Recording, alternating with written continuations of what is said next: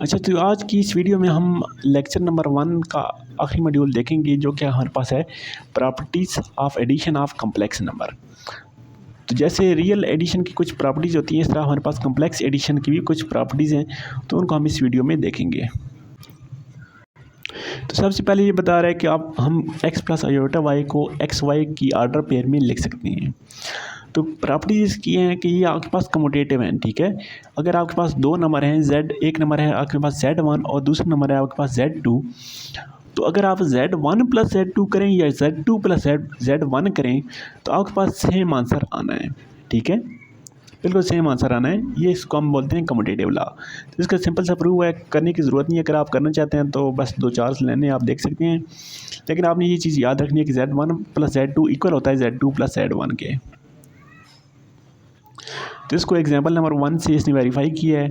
Z1 है हमारे पास 2 plus 3 iota और Z2 है हमारे पास 3 प्लस 5 आयोटा। तो पहले इसने Z1 प्लस Z2 किया और हमारे पास आंसर आया 5 प्लस 8 आयोटा। देन इसने Z2 प्लस Z1 किया तो हमारे पास आंसर आया 5 प्लस 8 आयोटा। तो दोनों आंसर इक्वल आ गए, तो ये हमारे पास प्रूव हो गया है।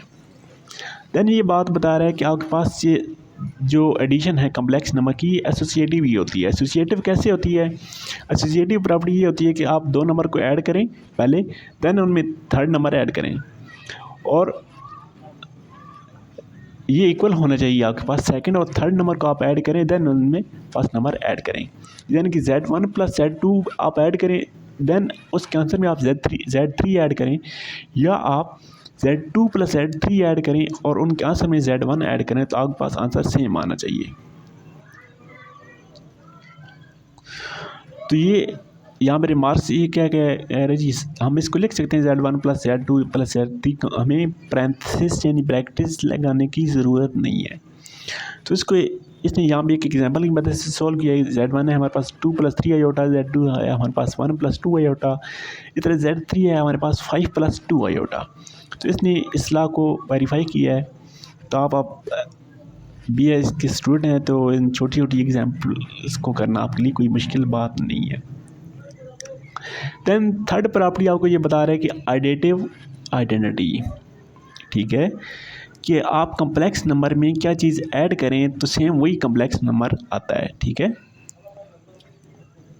तो ये चीज़ आपने याद रखनी है कि हमारे पास W एडिटिव आइडेंटिटी होती है कम्प्लेक्स नंबर की। तो W इक्वल होता है हमारे पास 0 0 में, ठीक है। आप कोई भी नंबर लें 2 प्लस 3 आयोटा जो हम कॉमन यूज़ करते आ रहे हैं, इसमें आप ऐड करें प्लस 0 आयोटा, तो आपके पास आंसर आएगा 2 प्लस 3 आयोटा, ठीक है। तो ये वाली जो हमारे पास 0 प्लस 0 आयोटा, या इसको हम लिखते हैं 0 0 ऑर्डर पेयर में, तो ये हमारे पास एडिटिव आइडेंटिटी होती है। एडिटिव आइडेंटिटी का क्या मतलब है कि इन केस को आप किसी भी नंबर में ऐड करें कम्प्लेक्स नंबर में तो आपके पास सेम आंसर आएगा, तो इसको हम एडिटिव आइडेंटिटी कहते हैं। तो यहाँ पे इसने 2 प्लस 7 आयोटा में एडिटिव आइडेंटिटी जिसको हम W से शो करते हैं, इसको ऐड किया तो हमारे पास सेम आंसर आ रहा है। उसके बाद ये कह रहा है कि एडिटिव इन्वर्स एक चीज़ हमारे पास होती है जिसको हम सिग्मा से शो करते हैं। तो ये हमारे पास क्या चीज़ होती है कि अगर हमारे पास एक कम्प्लेक्स नंबर है Z, उसमें हम कुछ चीज़ ये सिग्मा ऐड करते हैं तो ये हमारे पास इक्वल 0 हो जाता है, या सिग्मा में Z ऐड करते हैं तो ये हमारे पास 0 हो जाता है। तो ये सिग्मा हमारे पास क्या है, ये आपके पास एडिटिव इन्वर्स है, यानी कि उस नंबर का उल्ट होता है। तो अगर आपके पास Z है 3 प्लस 7 आयोटा, तो ये आपके पास सिग्मा आ जाएगा -3 माइनस 7 आयोटा। इन दोनों को जब आप ऐड करेंगे तो इक्वल आ जाएगा 0 के, ठीक है। तो ये चीज़ इसने बताया कि एडिटिव इन्वर्स है वो आपके पास सिग्मा, सेम वही नंबर्स होते हैं लेकिन जस्ट उनमें साइन का फ़र्क होता है। रिमार्क्स में ये चीज़ लिखिए कि अगर Z इक्वल है x प्लस आयोटा वाई में, तो उसका जो एडिटिव इन्वर्स है माइनस Z होगा, यानी कि -x माइनस आयोटा वाई।